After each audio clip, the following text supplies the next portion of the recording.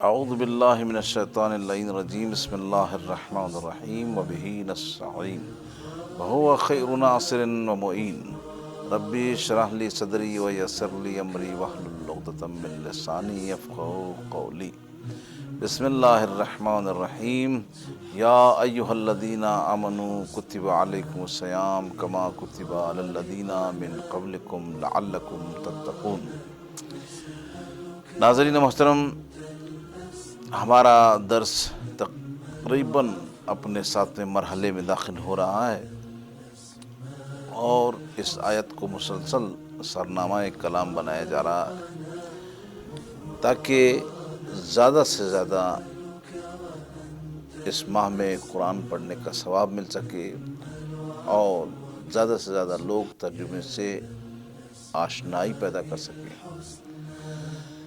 یا ایھا الذین آمنوا، اے ایمان لانے والو، کتب علیکم الصیام کما کتب علی الذین من قبلکم، تم پر روزے فرض کر دیے گئے ہیں جس طرح پچھلی امت پر روزے فرض کر دیے گئے تھے، لعلکم تتقون، تاکہ اس امید کے ساتھ کہ تم شاید متقی پرہیزگار بن سکو۔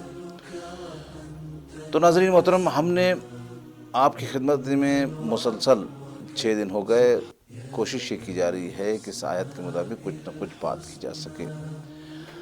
آج ہم اس عنوان پہ بات کریں گے کہ یہ تقوی کیا چیز ہے کہ جس سے پروردگار امید رکھ رہا ہے کہ انسان اس تقوی کی وجہ سے ہی کامیاب ہو سکتا ہے، متقی بن سکتا ہے، اور وہ راستہ جو پروردگار عالم نے ایک انسان کے لیے، ایک باکمال انسان کے لیے رکھا ہے، چنا ہے، اس پر چل سکتا ہے۔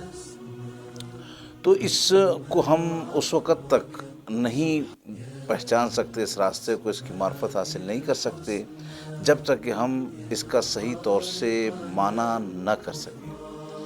جب ہم اس کا کھل کر ایک معنی آپ کے سامنے پیش کریں گے تو آپ کو سمجھ میں آئے گی کہ، اور ہمیں سمجھ میں آئے گی کہ پروردگار عالم ہم سے کیوں بار بار مطالبہ کر رہا ہے اور روزہ رکھوا کے مطالبہ کر رہا ہے کہ شاید تم متقی بن جاؤ، شاید تم متقی بن جاؤ۔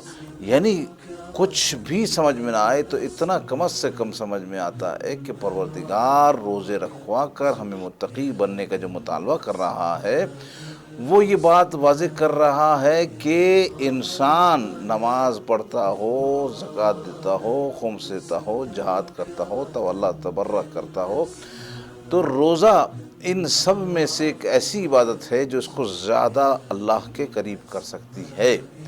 آج ہماری بحث اسی عنوان پر ہے۔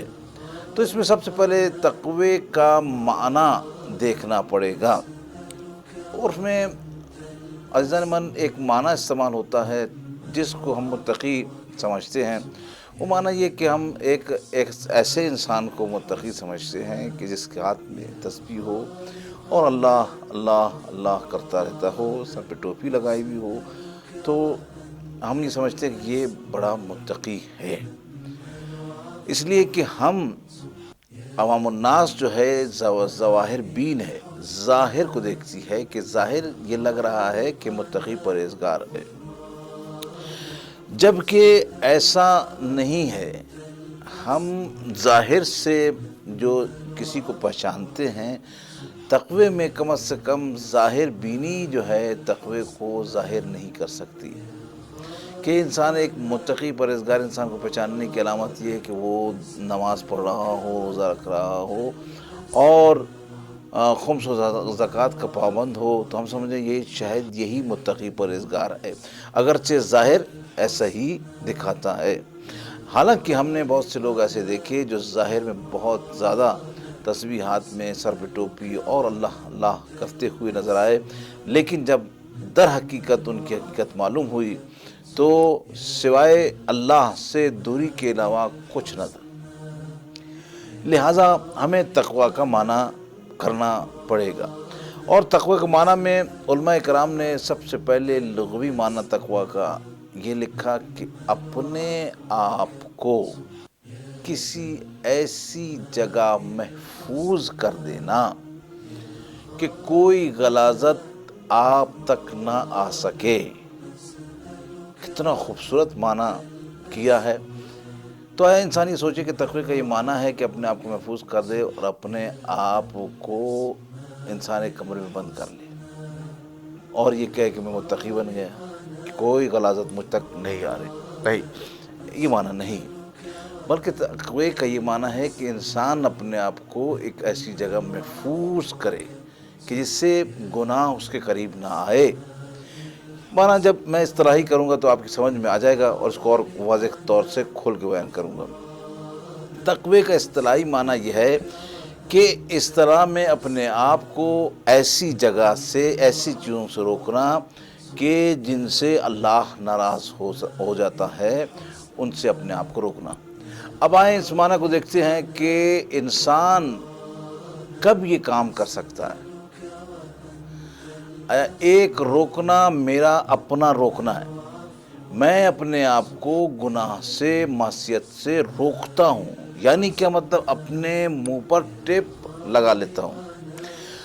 حالانکہ آغا مطہری نے اپنی کتاب میں تقوی کی اقسام بیان کرتے ہوئے فرمایا کہ انسان اگر اپنے آپ کو ٹیپ لگا لے یا پورے منہ کو بند کر لے اور گالی نہ دے تو یہ بھی متقی، لازم گالی تو نہیں دی اس نے، متقی بن سکتا ہے، لیکن یہ تقوی کی ضعیف اقسام میں سے ہے۔ ہم اس پر ڈسکس نہیں کر رہے، ہم تقوی کی اوریجنل اور قوی اقسام کی بحث کر رہے ہیں۔ تقوی کا معنی یہ ہے کہ آپ کو ایک ایسے، اپنے آپ کو انسان ایک ایسے مجمع میں لے جاتا ہے جہاں پہ گالیاں بھی دی جا رہی ہیں، جہاں پہ اللہ کی مخالفت بھی ہو رہی ہے، اس کے باوجود اس انسان سے اللہ کی مخالفت کا صادر نہ ہونا، اللہ کی مخالفت میں کوئی لفظ نہ نکالنا، اللہ کی مخالف سمت میں نہ چلنا، اس شخص کو متقی کہتے ہیں۔ یہ خود بخود پیدا ہوتا ہے؟ آیا یہ انسان کے اندر خود بخود آ جاتا ہے؟ نہیں۔ اسی لیے رمضان المبارک کے روزے رکھے گئے ہیں، لعلکم تتقون، شاید تم میں سے کوئی متقی بن۔ اس کا مطلب یہ ہے، وہ ایک کمال کا نام ہے، ایک ایسی چیز کا نام ہے کہ جسے انسان سوچ بھی نہیں سکتا پروردگار اسے کیا عطا کر رہا ہے، یا یہ روزے رکھ کے کیا لینا چاہ رہا ہے۔ روزے رکھنے سے یہ انسان کے اندر صلاحیت پیدا ہو جاتی ہے۔ مثال کے طور پر آپ کی خدمت میں عرض کروں، ایک شخص کانٹوں کے پاس سے گزر رہا ہے، باغ میں کانٹے ہی کانٹے ہیں، لیکن وہ اپنے دامن کو، اپنی عبا کو، اپنے لباس کو ان کانٹوں سے بچا لیتا ہے، اسے متقی کہتے ہیں۔ اور یہ بچاتا کیسے ہے؟ یہ روزے میں صلاحیت ہے کہ انسان جب روزہ رکھتا ہے اللہ کے لیے، یعنی کھانا پینا بھی ترک کرتا ہے، اپنی زبان کو بھی روکتا ہے اور اپنے دل کو بھی اس بات پہ راضی کرتا ہے کہ یہ اللہ کی مخالفت نہ کرے، تو اس میں ایک ملکہ پیدا ہوتا ہے، اس کے اندر ایک شعاع، نور پیدا ہوتا ہے جو انسان کی اس حیثیت سے کہ یہ انسان کس روٹ پر جا رہا ہے اسے روک لیتا ہے۔ جب یہ روک لیتا ہے، آپ نے دیکھا کہ انسان کے اندر پروردگار عالم نے کچھ صفات رکھی ہیں، ان میں سے ایک ظلم ہے۔ آیا کسی بھی عقیدے کا مالک ہو ظلم کو پسند نہیں کرتا؟ یہ اللہ نے اس کے اندر رکھا ہے۔